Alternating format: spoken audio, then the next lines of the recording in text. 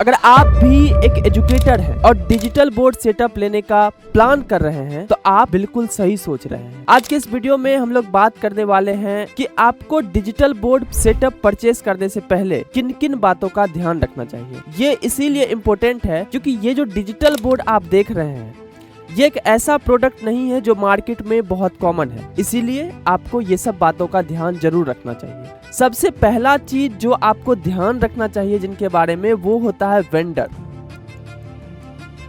जिस भी वेंडर से आप परचेस कर रहे हैं, देखिए सबसे बड़ी चीज होती है जब आप डिजिटल बोर्ड के बारे में, प्राइस के बारे में या फिर डिजिटल बोर्ड के फीचर्स के बारे में आप किसी भी कंपनी से पूछने जाते हैं तो वो कंपनी आपको सिंपल बोलती है कि हमारा जो सर्विस है वो सर्विस बेस्ट है, सबसे अच्छा सर्विस हम ही देते हैं। लेकिन मेन चीज ये है कि इसको वेरीफाई कैसे किया जाए। जब सब अपने आप को बेस्ट ही बता रहा है तो कुछ तो चीज होगा जिससे आप ये पता कर पाए कि किसका सर्विस अच्छा है। तो सबसे पहले बात करते हैं कि सर्विस चेक कैसे करें।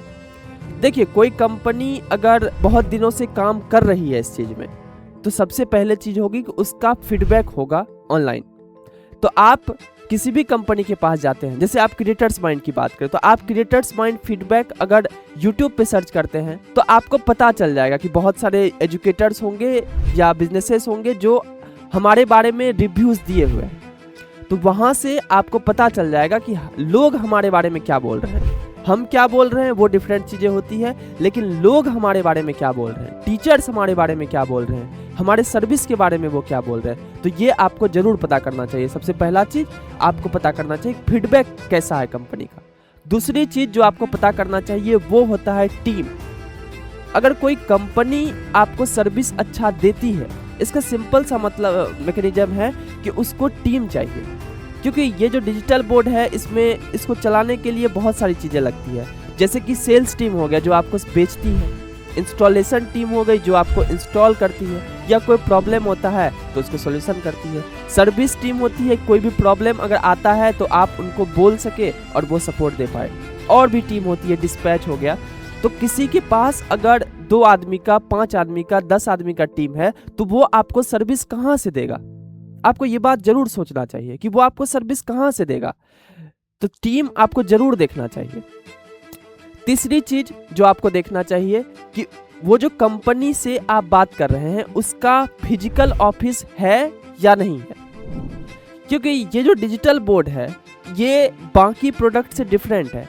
जैसे कि आप फोन की बात करें कि आपका अगर फोन खराब होता है तो आप क्या करते हैं, आप अपने पास के जो भी सर्विस सेंटर है वहां जाते हैं और उनको बताते हैं कि ये मेरा प्रॉब्लम है, ये वारंटी पीरियड में है, तो वो आपको सही करके दे देता है, क्योंकि वो ले जाना बहुत इजी होता है। लेकिन ये जो डिजिटल बोर्ड है ये ले जाना इजी नहीं है। अगर आपको 100 किलोमीटर, 200 किलोमीटर, 500 किलोमीटर ले जाना पड़े इसको सर्विस के लिए, तो ये पहला बात तो बहुत हार्ड है। दूसरा चीज, डिजिटल बोर्ड कंपनी का सर्विस सेंटर हर जगह होता भी नहीं है, इसीलिए आप जिस वेंडर से ले रहे हैं उसका देखिए कि उसका ऑफिसेस है या नहीं है। ऑफिस अगर होगा तो वो आपको दे देगा सर्विस, क्योंकि ये मार्केट प्रोडक्ट से अलग होता है। यहाँ पर जो सर्विस होता है मैक्सिमम वेंडर ही देते हैं, या तो वेंडर देते हैं या वेंडर डिजिटल बोर्ड वाले कंपनी से करवाते हैं। लेकिन मेन जो चीज आता है वो आता है वेंडर का। जैसे कि मोबाइल खरीदने में ये चीज मैटर नहीं करती कि आप रिलायंस डिजिटल से खरीद रहे हैं, अमेजॉन से खरीद रहे हैं, फ्लिपकार्ट से खरीद रहे हैं या कहीं से भी खरीद रहे हैं। अगर आप ऑथराइज्ड सेंटर से लिए हुए हो फोन तो आपको सर्विस सेंटर आपको उस चीज का, अगर आपके पास बिल है तो वो आपको दे देगा। लेकिन यहाँ पर चीजें अलग हो जाती है, यहाँ पर वेंडर ही मेन होता है। तो वेंडर को ये चीजें जरूर चेक करना चाहिए कि उनका फीडबैक कैसा है, उनका टीम साइज क्या है, और सबसे बड़ी बात कि उनका ऑफिस है या नहीं है। अगर उनके 2-3 जगह ऑफिस है तब आप उन पे ट्रस्ट कर सकते हैं। अब बात करते हैं दूसरा चीज जो आपको ध्यान देना चाहिए, वो होता है चीप, मतलब सस्ता। बहुत लोग क्या करते हैं, सस्ता डिजिटल बोर्ड के पीछे पड़ जाते हैं। आपको कभी भी सस्ता डिजिटल बोर्ड के पीछे नहीं पड़ना चाहिए, क्योंकि ये डिजिटल बोर्ड मान लीजिए मैं सस्ता ले रहा हूँ तो मुझे 80,000 में 90,000 में मिल रहा है, और अगर मैं प्रीमियम बोर्ड लेता हूँ तो मुझे 1 लाख रुपया का मिलता है, मान लीजिए 1,10,000 का मिलता है। तो यहाँ पर 10,000, 15,000, 20,000 का अंतर आ रहा है, लेकिन सर्विस से आपको यहाँ पर कोई कंप्रोमाइज नहीं करना पड़ेगा। लेकिन अगर आप सस्ता के चक्कर में पड़ गए हो तो इसका सिंपल सा मतलब है वहाँ आपको सर्विस नहीं मिलेगा। कोई भी कंपनी अगर 5,000 रुपया ज़्यादा में आपको डिजिटल बोर्ड दे रही है तो सिंपल सा मतलब है कि उस कंपनी का सर्विस अच्छा है और अपना सर्विस मेंटेन करने के लिए वो आपसे चार्ज ले रही है।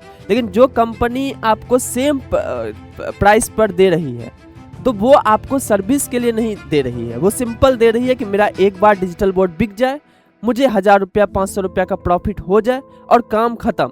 आपको जब भी प्रॉब्लम होगा इस डिजिटल बोर्ड में, वो वेंडर आपका कॉल नहीं उठाएगा, और कॉल उठाएगा भी तो सॉल्यूशन नहीं देगा। क्योंकि हम लोग 5,000 प्लस एजुकेटर्स के साथ वर्क कर चुके हैं तो हमें पता है कि किस टाइप की प्रॉब्लम्स आती है। 8 साल से वर्क कर रहे हैं तो हमें पता है ये डिजिटल बोर्ड जो है कितना बार खराब होता है। अगर हम बोल रहे हैं कि 3 साल का गारंटी आपको दे रहे हैं, या 3 साल का वारंटी दे रहे हैं, 5 साल का वारंटी दे रहे हैं, तो हम एक्चुअली में ये चीज़ किए हुए हैं। हमें पता है कि अगर 100 डिजिटल बोर्ड हम मार्केट में बेचते हैं तो हो सकता है कि 10 के साथ ये प्रॉब्लम आए, हो सकता है 10 का डिजिटल बोर्ड खराब हो जाए और हमें रिप्लेस करके देना पड़े। इसीलिए हम लोग इस चीज़ को ध्यान में रख के आपको सेल करते हैं, क्योंकि हमें सर्विस ऑन टॉप चाहिए होता है। क्योंकि कोई एजुकेटर का अगर डिजिटल बोर्ड खराब हो जाता है तो उनका 3 दिन, 4 दिन, 5 दिन, 10 दिन क्लास बंद हो जाता है, क्योंकि डिजिटल बोर्ड ही नहीं है तो वो पढ़ाएंगे कैसे बच्चे को। और जिनको डिजिटल बोर्ड पे पढ़ाने का आदत लग गया है वो हो सकता है व्हाइट बोर्ड पे ना पढ़ा पाए। तो आपको ये सब चीज़ों का जरूर ध्यान रखना चाहिए। अब बात करते हैं कि क्रिएटर्स माइंड ही आपको क्यों लेना चाहिए। ऐसे बहुत सारे कंपनी हैं, आपको क्रिएटर्स माइंड से क्यों लेना चाहिए। देखिए, सबसे बड़ी चीज़ है कि हम लोग एक यंग टीम है, 100 लोगों की टीम है और 5,000 लोगों के साथ वर्क कर चुके हैं, तो ट्रस्ट फैक्टर की यहाँ पर बात नहीं है।